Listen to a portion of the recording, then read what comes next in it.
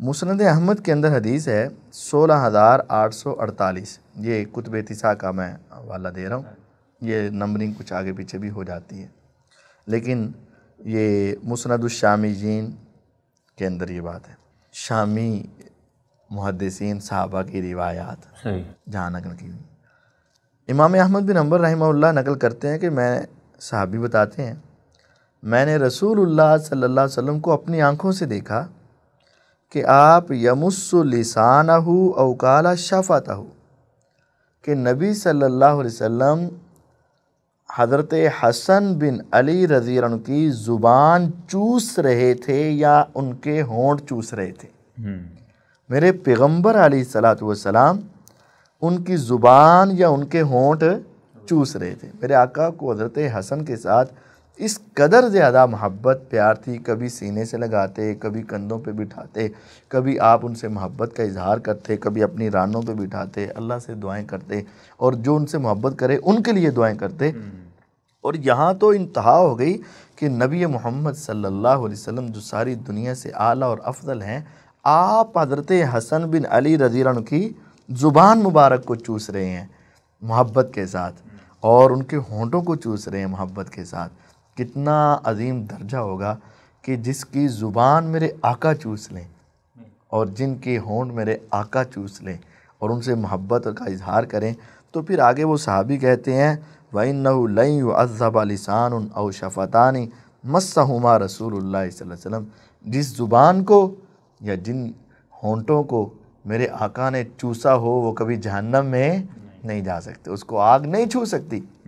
और वो तो जन्नती नौजवानों के सरदार हैं, सय्यदा शबाब अहलिल जन्ना, जन्नत में जितने नौजवान जाएंगे वो सब के सरदार हों। हाँ, जाने वैसे सारे जवान हैं, मुराद इस हदीस का मतलब ये है कि जो अफराद जवानी में फौत हुए और जन्नत में जाएंगे उनके सरदार उनके सरदार सैयदना हसन और सैयदना हुसैन रज़ी अल्लाह अन्हु हसनैन करीमैन होंगे।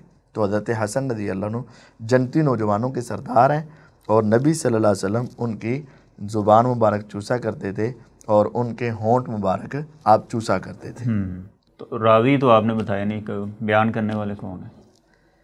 ये रावी बताना आपको नहीं बल्कि दूसरों को बड़ी तकलीफ़ देगा।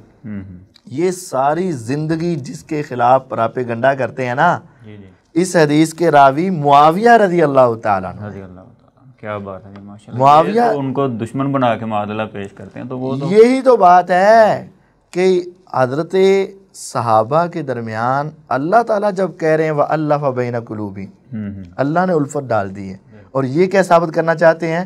दुश्मनी डाल दी है। अल्लाह ताला ने कहा रुहमाउ बैनहुम, और ये क्या करना चाहते हैं? ये आपस में इख्तिलाफ, दुश्मनी, बग़ज़, अदावत।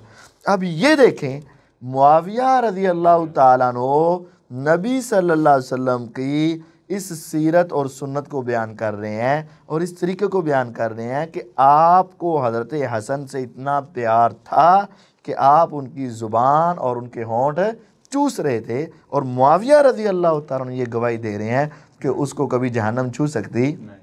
तो ये तो इस बात की दलील है कि बनु उमैया जो है ये बनु हाशिम की दुश्मन ना थी, बल्कि उनके फ़ज़ाइल बयान करने वाले थे, उनके फ़ज़ाइल आगे बयान। ये रिवायत मिर्ज़ा साहब ने भी बयान की है कि नहीं? ये रिवायत मिर्ज़ा साहब मर जाएगा बयान नहीं करेगा। और ये रिवायत तो दूर की बात है भाईजान। आपको एक मैं इनके हाइड्रोजन बम की हकीकत दिखाऊं, ये जो है ना मिर्ज़ा साहब का, अब वाक़या करबला का हकीकी पस मंज़र लिख दिया, इसके कुछ उन्वान बनाए।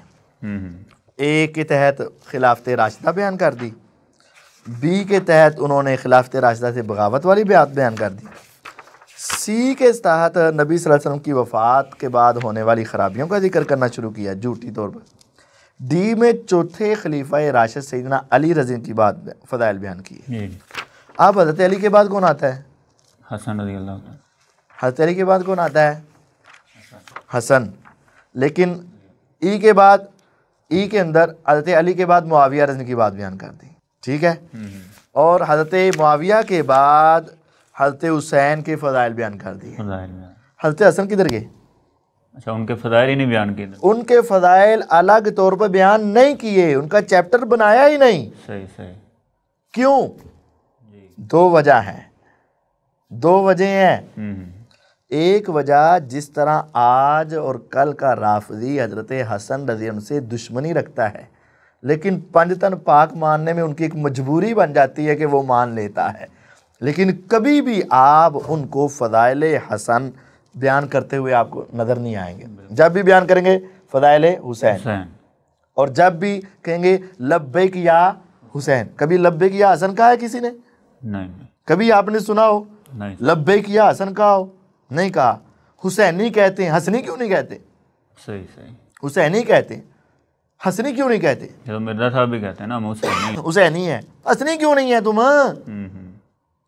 असल बात यह है कि राफजियों के नज़दीक हज़रत हसन रज़ी अल्लाह ताला अन्हु की हकीकत के एतबार से ये उनको अच्छा खलीफा मानते ही नहीं है, लेकिन मजबूरी के तौर पर उनको कुछ ना कुछ बरम रखना पड़ता है कि चूँकि वो हज़रत फ़ातिमा रज़ी के बेटे थे, वरना ये दिली तौर पर उनसे नफ़रत रखते हैं और उनको मुज़िल्लुल मोमिन कहते हैं। ज़ाहरी तौर पे सिर्फ उनके मुहिब बनते हैं, ज़ाहरी तौर पर। और मिर्ज़े ने भी देखें, अलग से उनका ना कोई कायम किया उन्वान, ना कोई फ़ज़ाइल बयान किए, ना कोई बाब कायम किया। हाँ, हज़रत हसैन के साथ जो इकट्ठी रिवायात में हज़रत हसन का जिक्र आ रहा था, वहाँ बयान करना तो इसकी मजबूरी थी, लेकिन जो हज़रत हसन की अलग से सिफ़ात हैं और अलग से उनके मुकामात हैं और उनकी अलग से शान है, वो क्यों नहीं बयान की?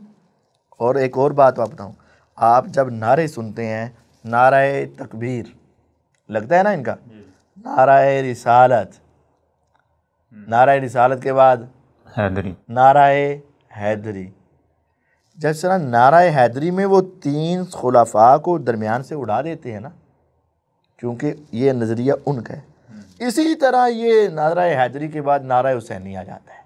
सही सही, नाराए हसनी चला जाता है, क्योंकि ये हज़रत हसन रज़ी अल्लाह अन्हु के असल में दुश्मन है, लेकिन जाहिर नहीं करते। जाहिर कर देंगे तो दुनिया इनको जलील करेगी, दुनिया इनसे दूर हटेगी। अब मिर्ज़ा साहब ने ये फजीलत बयान नहीं करनी कि मुआविया रज़ी अल्लाह तआला अन्हु हज़रत हसन की फजीलत बयान करें।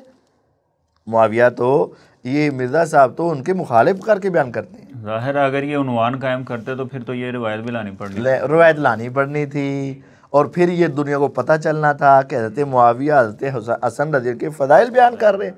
लेकिन मिर्ज़ा ने तो वो बयान करना था कि हज़रत मुआविया हज़रत हसन रज़ी उनके दुश्मन हैं और उनके बुरा भला कहते हैं।